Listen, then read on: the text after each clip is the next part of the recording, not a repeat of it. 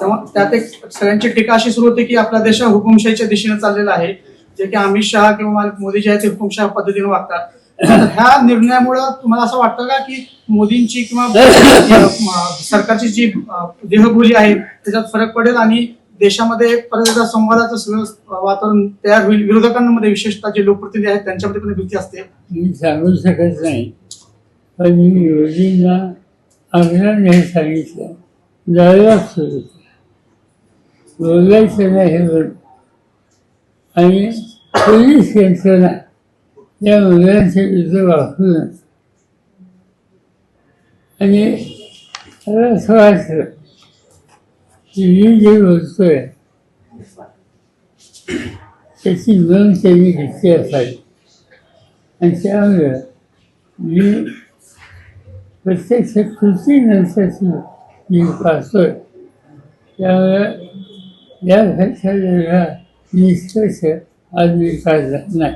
साहेब, सरसंघचालक जे आहेत ते काल बोलताना असं म्हटले होते की डिक्टेशन नको, संवाद हवा. म्हणजे त्याचा हा परिणाम वाटतो का तुम्हाला? मोदींनी इतक्या तातडीने बॅकफूटवरती येणं आणि हा राजीनामा, म्हणजे इतके दिवस जो दबाव, ते 2-3 दिवस गेले लाठीचार्ज नंतर जो तयार झालेला होता रोष, त्याचा दबाव स्वीकारून ते तसेच काम करत होते, राजीनामा घेतला नाही. सरसंघचालक बोलल्यानंतर मात्र बऱ्याच हालचाली झालेल्या दिसतात. पाहत होतो अजून चालू असेल, पण विविध पक्षाचे लोक भेटत होते.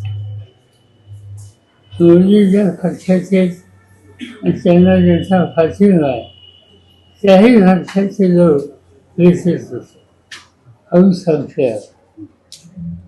आणि त्यांचाही मूळ हा डायलॉग सुरू करा असा होता. आणि तसंच होत अन्य लोकांनी सुद्धा तिथं आणलं. त्याच्यामध्ये लागत सुद्धा असावेच असे दिसते. सर, गेल्या 12 वर्षातला मोदी सरकारचा पहिला राजीनामा आहे. गेली अनेक आंदोलन झाले, शेतकऱ्याचं आंदोलन बघितलं, 7-8 महिने चाललं तरी दखल घेतली नाही. अखेर सरकार झुकलं असं म्हणता येईल. सगळ्या याच्यात जी डिक्टेटरशिप सुरू होती गेली 12 वर्ष देशामध्ये. असं की वेळसाठी एकत्र यावी आणि ती सीमित एका भागामध्ये न राहता देशाच्या कानाकोपऱ्यात पुढे येते त्याची जाण तिथे आल्याच्यानंतर हा राजीनामा घेतला असावा किंवा शिक्षणमंत्र्यांनी राजीनामा दिला असावा. याच्यामध्ये जे पत्र त्यांनी लिहिलेलं आहे त्याच्यामध्ये प्रधान असं म्हणतात की राज्यातल्या देशातले जे विविध पदांवर महत्वाचे व्यक्ती आहेत त्यांनी या विद्यार्थ्यांमध्ये संभ्रम निर्माण करण्याचा प्रयत्न केला आणि तसंच राष्ट्रविरोधी जे कृती करणाऱ्या लोक आहेत त्यांना याचा फायदा होऊ नये यासाठी मी राजीनामा देते. असे 2 महत्वाच्या बाबी त्याच्यामध्ये.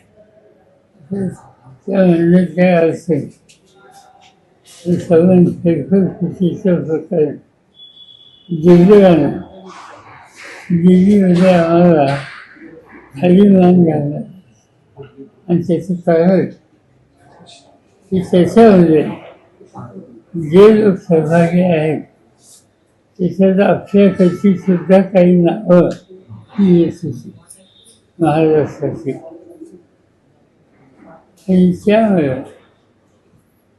याच्यावर सक्त कारवाई करायची गरज ही आहे. आणि त्या भावनेने प्रधानमंत्र्यांची आम्ही सुसंवाद ठेवतो. ठीक आहे सर.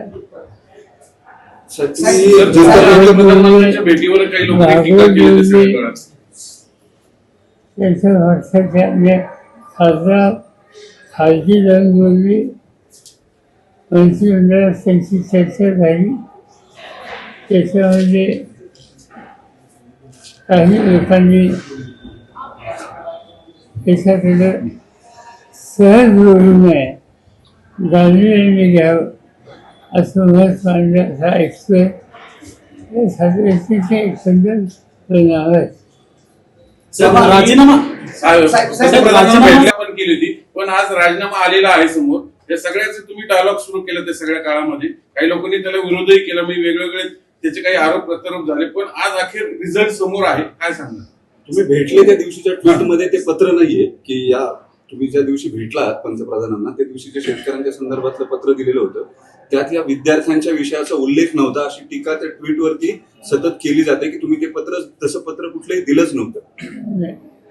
असं शेतकरी फक्त मी शेतकऱ्यांचं दिवस तर वेगळं पण विद्यार्थ्यांचं कसं काही असतं जायला सुरू कर हा आग्रह असं केलं आम्ही.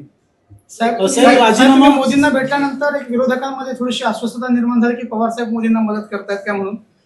तर ही चर्चा फार सुरू झाली मग आणि तुम्ही म्हणता असं डायलॉग सुरू झाला आणि मग आज शिक्षण मंत्र्यांचा राजीनामा आला. काय रिझल्ट निर्णय काय नाही पण तुमचे जे विरोधक तुमच्यासोबत आहेत इंडिया आघाडीचे लोक ते अस्वस्थ झाली. आहेत वेगवेगळे काय साहेब राजीनामा झाल्यानंतर अभिजित दिपकेने आता मागणी केलेली आहे की यामध्ये ज्या मुलांनी आत्महत्या केलेली आहे त्यांच्या घरच्यांना आर्थिक मदत आणि मुलांवर जे गुन्हे दाखल झालेले आहेत ते सरकारने मागे घेतले पाहिजे. ते मुद्दे आहेत मी सांगू शकत नाही पण माझी माहिती असे किती मुद्दे होते शेवटी त्याचे दोन पिढ्यांचे एक केंद्र सरकारने मान्य करण्याची तयारी दाखवली होती. राजीनामा या विषयावर त्यांची भूमिका अत्यंत कठोर. साहेब मोदी ज्या वेळेस अडचणीत येतात त्यावेळेस पवार साहेब त्यांना मदत करतात किंवा त्यांच्या मदतीने जातात असा एक टीकेचा सूर राजकीय वर्तुळात पुन्हा एकदा निर्माण झाला. प्रश्न असा आहे प्रश्न सुटायला मदत झाली का नाही.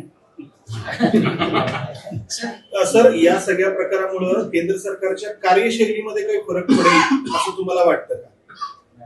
काही सांगता येत नाही. अशी भूमिका तुम्हाला वारंवार बजवावी लागेल का मग. केंद्र सरकारच्या जर कार्यपद्धतीमध्ये बदल होणार नसेल जर सरकार वारंवार अडचणीत असेल आणि देशात असा उद्रेक होणार असेल तर तुम्हाला अशी मदत करण्याची संधी वारंवार मिळेल असं वाटतं का मग तुम्हाला.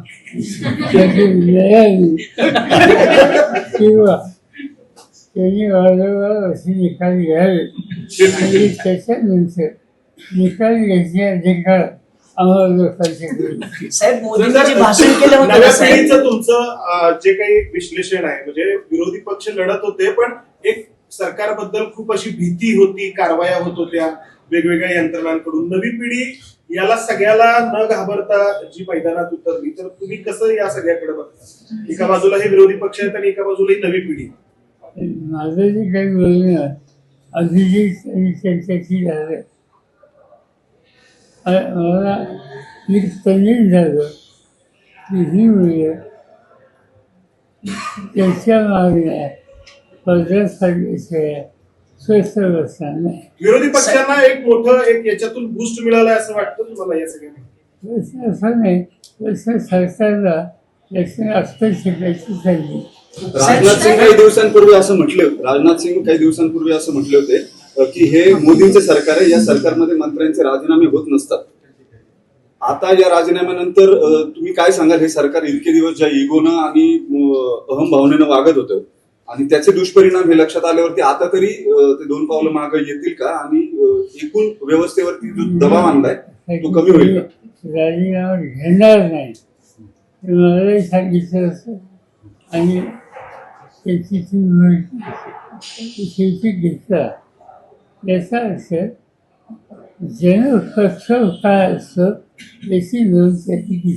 साहेब मोदींचं एक भाषण आपल्याला आठवत असेल की मी राजकारणात पवार साहेबांचा हात धरून आलोय. आता जो भेटीचा फोटो होता ना बोट धरून आलोय. आता जो भेटीचा फोटो होता त्यात तुमचा हात त्यांनी धरला होता. शेवटी पवारांनाच हात द्यावा लागला असं वाटतंय कारण तुम्ही आता म्हणतात की ते राजीनामा घेणार नव्हते असं म्हणत होते. बोटावरून हातावर आले का. बोटावरून हातावर आले तर साहेब हे केंद्र सरकारचं जसं झालं तसं महाराष्ट्रामध्ये असंच काहीच चित्र आहे. प्रत्येक गोष्टीला पाठीशी घालणं कारवाई न करणं तर हे धडा घ्यायची गरज आहे का महाराष्ट्रात. महाराष्ट्राच्या मुख्यमंत्र्यांनी सुद्धा या प्रकरणावर ज्या पद्धतीने मत व्यक्त केले ते योग्य. साहेब त्यांना तातडीनं दिल्लीला बोलवलंय आता. मुख्यमंत्री तातडीने दिल्लीला गेले. आता लगेच हे झाल्यानंतर राजीनामा झाल्यावरती पंढरपूर थेट दिल्लीला गेले. तुमची काय अंतर्गत माहिती आहे का की ते काही दिल्लीला कायमस्वरूपी जात आहेत किंवा काय? तुमच्याकडनं सांगतो. बाबा, आतापर्यंत हे असं आंदोलन तुम्ही पाहिलं होतं का? आणि यापुढे असे वेगळ्या पद्धतीने ही जी ज्यांची रस्त्यावर उतरती वेगळ्या पद्धतीने करते ही आंदोलन वेगळ्या पद्धतीचे असणार आहेत. याच्या आधी पाहिलं होतं का? शेतकऱ्यांचा फायदा असतो. मी स्वतः एका आंदोलनात सहभागी झालो. त्याच्यामध्ये माझ्याबरोबर पंजाबचे मुख्यमंत्री प्रकाश सिंग बादल आणि उत्तरेचे अनेक लोक सहभागी झाले. 2 लाख लोक होते ते आंदोलन झालं. अशा काही गोष्टी आम्ही पाहिल्या. अण्णा हजारेंनी पण आंदोलन केलं त्या संदर्भात काल साहेब, डिलिमिटेशनच्या संदर्भात तुम्ही सरकार सोबत राहाल अशा चर्चा सुरू आहे. संपलं का? तुम्हाला सरकार झुकलं असं म्हणायचं फार का? चर्चा म्हणायचं का? सरकार झुकलं अखेर 12 वर्षानंतर का होणार? लोकांच्या मनात भीती होती सरकारविषयी. डिक्टेटरशिप सामूहिक सर्वांच्या सक्तीच्या समोर केंद्र सरकार शांतपणे उशिरा कविना. मी विचारत होतो डिलिमिटेशनच्या संदर्भात राष्ट्रवादी शरद पवार पक्ष हा भाजप सोबत जाईल किंवा तशा चर्चा सुरू आहेत. सुप्रिया सुळेंना केंद्रात मंत्रीपद, जयंत पाटलांना राज्यात मंत्रीपद, अशा बऱ्याच चर्चा राजकीय चर्चा ज्या आहेत त्या सुरू आहेत. तुम्ही काही डिलिमिटेशनचा प्रस्ताव आमच्याकडे नाही. असाच नाही, असं नाही. कानून काय करत कसं आहे, तुमच्याकडे स्पेस असल्यानंतर काही गोष्टी स्पेस भरून टाकण्यासाठी तयार होतात. हा त्याचा भाग आहे. उद्या मुंबईमध्ये या संदर्भात ठाकरेंचा मोर्चा जो होता तो जल्लोष मोर्चा करतात. जल्लोष अभिनंदन मोर्चा उद्या ठाकरे बंधू करतात ते मुंबईमध्ये. याच विषयाच्या संदर्भात धर्मेंद्र प्रधानांच्या सगळी गोष्ट ते सगळ्यांनी या उद्याना फाशीमध्ये ही गोष्ट योग्य. साहेब, तुम्हाला विलीनीकरणाचा कुठलाही प्रस्ताव नाही, पण मुद्दा असा आहे तुमच्याच पक्षातला एक गट जो आहे, काही नेते त्याची इच्छा आहे, काही आमदारांची की आपण सत्तेमध्ये जावं, त्याशिवाय आपल्याला निधी मिळणार नाही. ते अनेकांना भेटलंय. मी उदाहरण जयंत पाटील अनेकांना भेटले त्या काळात. अशी काही चर्चा होती का? काय तुमच्या प्रस्ताव? सर, एज्युकेशन सिस्टीम विरोधात हे आंदोलन उभं राहिलं होतं. आता एका राजीनाम्यानं एज्युकेशन सिस्टीम सुधारेल असं वाटतंय का? आणि सुधारायची असेल तर काय केलं पाहिजे सरकारने? सुधारावी असं बघूया. असं याचं काहीतरी जरा ते घेते. मर्जरवर एक क्लिअर हे द्या ना. दोन्ही राष्ट्रवादींचं मर्जर होईल का याच्यात? विषय आज नाही. आज विषय लोकांच्या समोर दुसरा आहे. तुमची बातमी लोक घेणार नाही. साहेब, ह्या सगळ्या प्रकरणामध्ये जी मराठी लोक आहेत, अभिजित दिपके मराठी आहेत, तुम्ही मराठी आहात, त्याच्यापूर्वी अण्णा हजारेंनी पण दिल्लीमध्ये आंदोलन केलं, ते मराठी आहात. तर एक मराठी माणूस दिल्ली हलवतोय आणि हलवू शकतो. मराठी दिल्ली हलवतो पण सांभाळतो पण, असं एकंदरीत चित्र दिसतंय. तिथं ज्यांच्या मी गेलो तिथं मराठी मुले होती, पण अन्य राज्याची सुद्धा मोठ्या आणि म्हणजे काल भरेल महाराष्ट्राच्या अनेक जिल्ह्यातून तरुण मुले येत होते. ज्यांच्या नंतरला जाण्याच्या पूर्वी माझ्याकडे 6 दिवसात येऊन ते त्याच्यात सहभागी होणार हे सांगत होते. आणि ते फक्त महाराष्ट्राचे नव्हते, अन्य राज्याचे होते. सर, 2011-12चं अण्णा हजारेंचं आंदोलन आणि त्यानंतर आपल्या देशातली बदललेली राजकीय परिस्थिती आणि आत्ताचं हे आंदोलन, याकडे तुम्ही कसं बघता? मला तेव्हा काय बदललं होतं. त्यावेळी सरकारच्या विरोधात एक रोष निर्माण झाला आणि त्याची परिणिती 2014च्या लोकसभा निवडणुकांच्या निकालामध्ये झाली, युपीएच्या पराभवामध्ये, अण्णा हजारेंच्या आंदोलनानंतर. तर आत्ताचं हे जे आंदोलन आहे, तर याच्याकडे तुम्ही कसं बघता या राजकीय? याच्यातून एकच गोष्ट आहे की सगळ्या देशाची तरुण पिढी अन्याय अत्याचार जिथं जिथं असेल तिथं सौद राहणार नाही. ते संयमाच्या मार्गाने आपलं मत व्यक्त करते देखील. 2014 जसा बदल झाला तसा 2029ला तुम्ही पाहता आहात का राजकीय बदल? तर अजून 3 वर्ष अवकाश आहे. कशाला असतात अण्णा हजारेंच्या आंदोलनाचा भाजपने वापर हा त्यांचं राजकीय पार्श्वभूमी तयार करण्यासाठी आणि 14ची तयारी करण्यासाठी वापर केला होता. तसंच ह्या वेळेसची विरोधी पक्षांकडनं असं तुम्हाला काही वाटतं का? त्यातनं काही धडा घेतील किंवा त्या दिवशी मार्गदर्शन करतील? माहिती नाही असं आहे की विरोधी पक्ष धडा घ्यायचा प्रश्न आहे का आजचा जो सत्ताधारी पक्ष आहे त्या नेतृत्वाच्या विरुद्ध त्या पक्षात जे अस्वस्थता आहे त्यांनी या स्थितीचा फायदा घेतला का काय अशी शंका यावी अशी शिक्षा आहे.